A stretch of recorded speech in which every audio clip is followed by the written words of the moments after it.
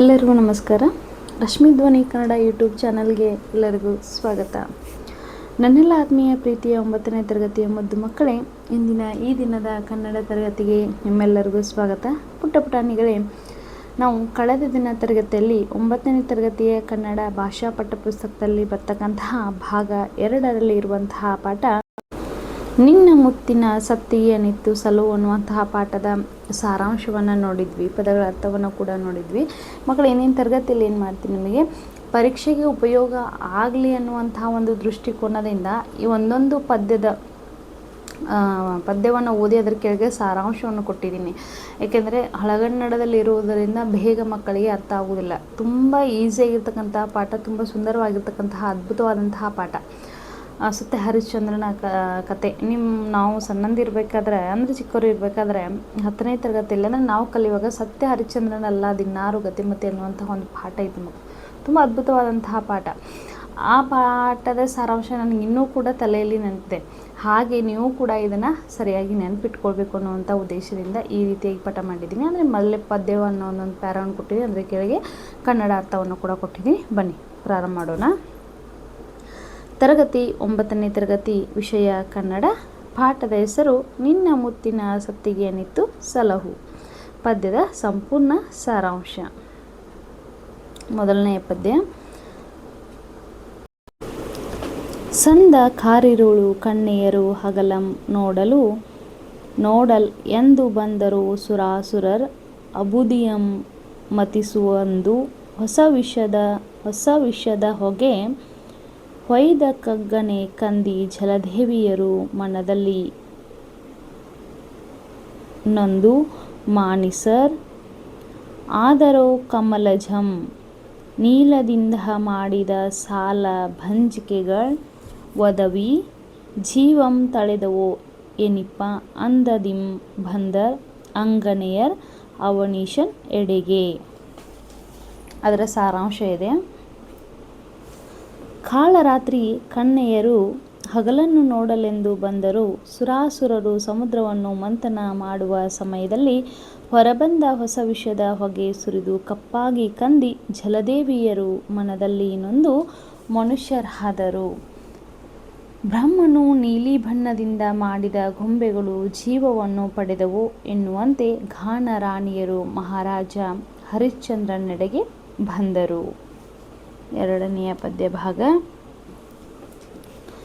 ಮಾಯದ ಅಬಲೆಯರು ಕಾಣುತ್ತಾ ಮಜಭಾಪು ಅದಟ ರಾಯ ಮಜರೆ ರಾಯ ದಳ ಊಳಕಾರ ರಾಯ ಕಂಟಕ ರಾಯ ಜಗಝಟ್ಟಿ ರಾಯದಲ್ಲನ ರಾಯ ಕೋಲಾಹಲ ರಾಯ ಭುಜಬಲ ಭೀಮ ರಾಯ ಮರ್ದನ ರಾಯ ಜೀಯ ಸ್ಥಿರಂ ಜೀವ ಎಂದು ಕೀರ್ತಿಸಿ ಗಾನ ನಾಯಕಿಯರ್ ಒಲಿದು ದಂಡಿಗೆ ವಿಡಿದು ಪೊಡಮೊಟ್ಟು ಹಾಡಲ್ ಉದ್ಯೋಗಿಸಿದರು. ಸಾರಾಂಶ. ಮಾಯದ ಅಬಲೆಯರು ಮಹಾರಾಜ ಹರಿಶ್ಚಂದ್ರನನ್ನು ಕಂಡು ಮಜ ಭಾಪು ಅದಟ ರಾಯ ಮಜರೆ ರಾಯ ದಳವುಳಕಾರ ರಾಯ ಕಂಟಕ ರಾಯ ಜಗಜಟ್ಟಿ ರಾಯಧನ ರಾಯ ಕೋಲಾಹಲ ರಾಯ ಭುಜ ಬಲ ಭೀಮ ರಾಯವರ್ಧನ ರಾಯ ಜಿಯ ಚಿರಂಜೀವಿಯಾಗು ಎಂದು ಕೀರ್ತಿಸಿದರು. ನಂತರ ಗಾನ ರಾಣಿಯರು ಪ್ರೀತಿಯಿಂದ ನಮಸ್ಕರಿಸಿ ದಂಡಿಗೆ ಹಿಡಿದು ಹಾಡಲು ಪ್ರಾರಂಭಿಸಿದರು. ಮೂರನೆಯ ಪದ್ಯ ಭಾಗ. ಎಕ್ಕಲವ ಬಳಿ ಬಿಡಿದು ಸುತ್ತಿದ ಆಸರನು ಮುನಿರಕ್ಕಸನ ಬನಕ್ಕೆ ಬಂದ ಅಂಜಿಕೆಯನ್ ಎರಡನೆಯ ಮುಕ್ಕಣ್ಣನ ಎನಿಪ ಗುರುವಾಜ್ಞೆಗೆಟ್ಟ ಅಲ್ಲದೆ ಕನಸ ಕಂಡ ಭಯವ ಮಿಕ್ಕು ಮರೆವಂತೆ ಅಡಸಿ ಕವಿವ ಗತಿಗಳ ಸೊಗಸ ನಕ್ಕಿಸದೆ ಸಮಯೋಚಿತದ ಪ್ರಸಾಯಕ್ಕೆ ಮನವುಕ್ಕಿ ಸರ್ವಾಭರಣಂ ಗಾನ ರಾಣಿಯರಿಗೆ ಇತ್ತನು ಹರಿಶ್ಚಂದ್ರನು. ಸಾರಾಂಶ ನೋಡಿ. ಕಾಡು ಹಂದಿಯನ್ನು ಹಿಂಬಾಲಿಸಿ ಬಂದ ಬಳಲಿಕೆಯನ್ನು, ವಿಶ್ವಾಮಿತ್ರನ ಬನಕ್ಕೆ ಬಂದ ಅಂಜಿಕೆಯನ್ನು, ಎರಡನೆಯ ಶಿವನೆನಿಸಿದ ಗುರು ವಾಲ್ಮೀಕಿಯ ಆಜ್ಞೆಯನ್ನು ಮೀರಿದ ದುಃಖವನ್ನು ಹಾಗೂ ಕಾಡಿನಲ್ಲಿ ಕನಸು ಕಂಡ ಭಯವನ್ನು ಅತಿಶಯವಾಗಿ ಮೆರೆಯುವಂತೆ ಗಾನ ರಾಣಿಯರು ಹಾಡು ನೃತ್ಯಗಳಿಂದ ಸಂತೋಷಗೊಳಿಸಿದರು. ಇವರಿಗೆ ಹರಿಶ್ಚಂದ್ರನು ಬಹುಮಾನವಾಗಿ ಸರ್ವಾಭರಣವನ್ನು ಕೊಟ್ಟನು. 4ನೆಯ ಪದ್ಯಭಾಗ. ಬಡತನದ ಹೊತ್ತು ಆನೆ ದೊರಕಿ ಫಲವೇನು, ನೀರ್ ಅಡಿಸಿದ್ದ ಹೊತ್ತು ಆಜ ದೊರಕಿ ಫಲವೇನು,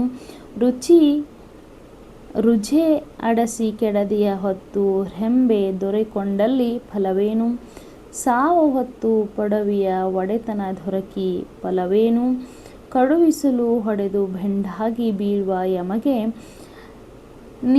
ನಿನ್ನ ಒಲಿದು ಮನಿ ದೊಡಿಗೆಗಳನ್ ಇತ್ತು ಫಲವೇನು. ಭೂಪಾಲ ಹೇಳ್ ಎನ್ನುತ್ತಾ ಮತ್ತೆ ಇತ್ತೆಂದರು. ಪದ್ಯದ ಸಾರಾಂಶ. ಗಾನರಾಣಿಯರು ಬಹುಮಾನವನ್ನು ತಿರಸ್ಕರಿಸಿ ಬಡತನವಿದ್ದಾಗ ಆನೆ ದೊರಕಿ ಫಲವೇನು, ಬಾಯಾರಿಕೆಯ ಸಮಯದಲ್ಲಿ ತುಪ್ಪ ದೊರಕಿ ಫಲವೇನು, ರೋಗಿಗೆ ರೆಂಬೆ ದೊರಕಿ ಫಲವೇನು, ಸಾವಿನ ಸಮಯದಲ್ಲಿ ಭೂಮಿಯ ಒಡೆತನ ದೊರಕಿ ಫಲವೇನು, ಕಡು ಬಿಸಿಲಿನಲ್ಲಿ ಬಳಲಿ ಬೆಂಡಾದ ಸಮಯದಲ್ಲಿ ನೀನು ನಮಗೆ ಒಡವೆಗಳನ್ನು ಕೊಟ್ಟು ಫಲವೇನು. ಭೂಪಾಲ ಎಂದರು. 5ನೆಯ ಪದ್ಯಭಾಗ.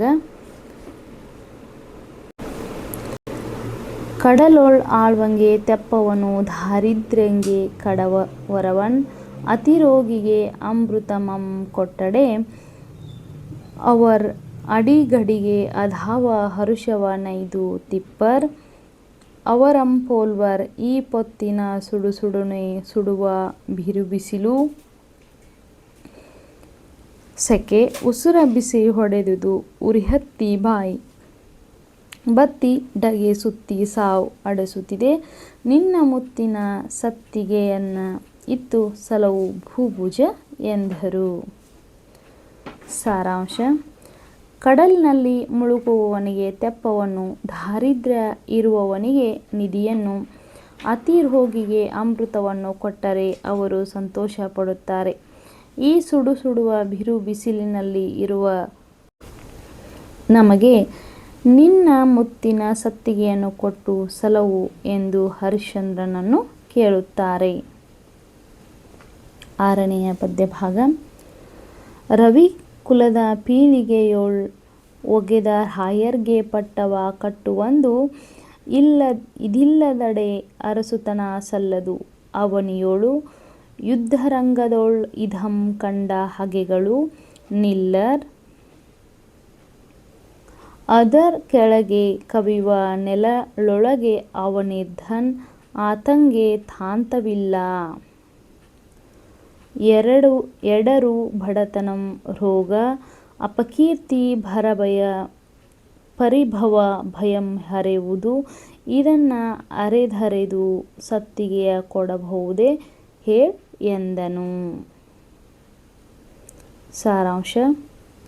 ಸೂರ್ಯವಂಶದ ಪರಂಪರೆಯಲ್ಲಿ ಹುಟ್ಟಿದ ರಾಜರಿಗೆ ಪಟ್ಟವನ್ನು ಕಟ್ಟುವ ಸಮಯದಲ್ಲಿ ಸತ್ತಿಗೆಯು ಇಲ್ಲದಿದ್ದರೆ ದೊರೆತನವು ಶೋಭಿಸುವುದಿಲ್ಲ. ಭೂಮಿಯಲ್ಲಿ ಯುದ್ಧರಂಗದಲ್ಲಿ ಸತ್ತಿಗೆಯನ್ನು ಕಂಡ ಶತ್ರುಗಳು ನಿಲ್ಲುವುದಿಲ್ಲ. ಸತ್ತಿಗೆಯ ಕೆಳಗಿನ ನೆರಳಲ್ಲಿ ಇದ್ದವರಿಗೆ ವಿಪತ್ತುಗಳು ಎಡರು ತೊಡರುಗಳು ಇರುವುದಿಲ್ಲ.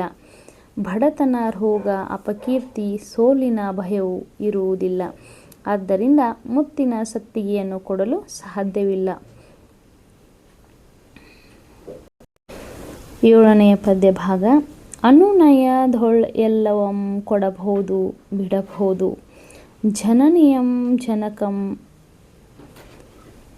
ನಲ್ಲಳಂ ದೈವವಂ ಮನವಾರೆ ನಂಬಿ, ನಚ್ಚಿದ್ದ ಪರಿಹಾರಂ ಕೊಡುವ ಬಿಡುವ ಅತಿ ಕಲಿಗಳು ಜನರೊಳಗೆ ಜನಿಸರ್ ಎಂದೆನಲು, ನೀನೀಗ ಪೇಳ್ದು ಅನಿತರೊಳು ಬೇಡಿದಡೆ ಕೊಡಬೇಡ ಕೊಡೆಯನ್, ಈಯನೆ ಲೋಭವೇಕೆ ಅರಸ್ ಎನಲ್, ಇದಲ್ಲದೆ ಬೇರೆ ಮಾತಾಪಿತರಿಲ್ಲ ಎಂದನು.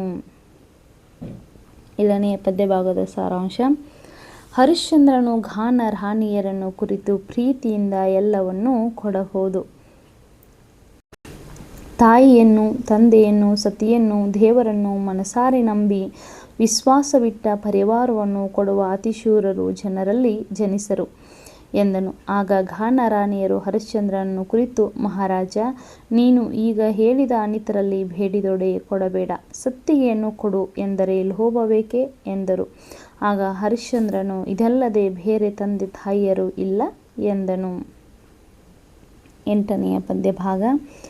ಲೋಗರಿಗೆ ಕೊಡಬಾರದಾಗಿ ಸತಿ ವಂಶಗತವಾಗಿ ಬಂದುದರಿಂದ ತಂದೆ ಪಟ್ಟವ ಕಟ್ಟುವಾಗಲ್ ಅರ್ಚಿಸಿ ಕೊಂಬುದಾಗಿ ದೈವಂ ನೆಳಲ್ ತಂಪನ್ ಒಸೆದು ಇವುದಾಗಿ ಸಾಗಿಸುವ ತಾಯ್ ದುರದೋಳ್ ಅರಿಗಳಂ ನಡೆಸುವುದಾಗಿ ಚತುರಂಗ ಬಲ ಎನಿಸಿತು. ಈ ಛತ್ರವೆಂಬಾಗಳ್ ಇದನ್ನರಿದರಿದು ಬೇಡುವನ್ ಅತಿ ಮರುಳರ್ ಎನ್ನರೆ ಜಗದೊಳು. ಸಾರಾಂಶ. ಈ ಸತ್ತಿಗೆಯನ್ನು ಸಾಮಾನ್ಯ ಜನರಿಗೆ ಕೊಡಬಾರದು. ವಂಶ ಪರಂಪರೆಯಿಂದ ಬಂದಿದ್ದರಿಂದ ತಂದೆಯು ಪಟ್ಟವನ್ನು ಕಟ್ಟುವ ಸಮಯದಲ್ಲಿ ಇದನ್ನು ಪೂಜಿಸಿಕೊಳ್ಳುವುದರಿಂದ ಇದು ದೇವರು. ಎಲ್ಲರಿಗೂ ನೆರಳನ್ನು ನೀಡುವ ತಾಯಿ. ಯುದ್ಧದಲ್ಲಿ ಶತ್ರುಗಳನ್ನು ನಡುಗಿಸುವ ಇದು ಚದುರಂಗ ಬಲಕ್ಕೆ ಸಮಾನ ಎನಿಸಿಕೊಂಡಿದೆ. ಇದನ್ನು ತಿಳಿದು ಬೇಡುವವರನ್ನು 3 ಲೋಕದಲ್ಲಿಯೂ ಅತಿ ದಡ್ಡರು ಎನ್ನುವುದಿಲ್ಲವೇ ಎಂದು ಹೇಳುತ್ತಾನೆ. ಮಕ್ಕಳೇ, ಇಂದಿನ ತರಗತಿಯಲ್ಲಿ ನಾವು 9ನೇ ತರಗತಿಯ ನಿನ್ನ ಮುತ್ತಿನ ಸತ್ತಿಗೆ ನಿತ್ತು ಸಲವು ಅನ್ನುವಂತಹ ಈ ಪದ್ಯ ಸಂಪೂರ್ಣ ಸಾರಾಂಶವನ್ನು ನೋಡಿದ್ದೀವಿ. ನಾಳೆ ದಿನ ತರಗತಿಯಲ್ಲಿ ಮಕ್ಕಳೇ ನಾವು ಈ ಪಾಠದ ಪ್ರಶ್ನೋತ್ತರಗಳ ಬಗ್ಗೆ ಚರ್ಚೆ ಮಾಡೋಣ ಅಂತ ಹೇಳ್ತಾ ಇಂದಿನ ತರಗತಿಯನ್ನು ಮುಗಿಸ್ತೀನಿ. ಅಲ್ಲಿವರೆಗೂ ನೀವು ನೋಡ್ತಾ ಇರಿ ನನ್ನ ರಶ್ಮಿ ಧ್ವನಿ ಕನ್ನಡ ಯೂಟ್ಯೂಬ್ ಚಾನಲ್. ಎಲ್ಲರಿಗೂ ನಮಸ್ಕಾರ.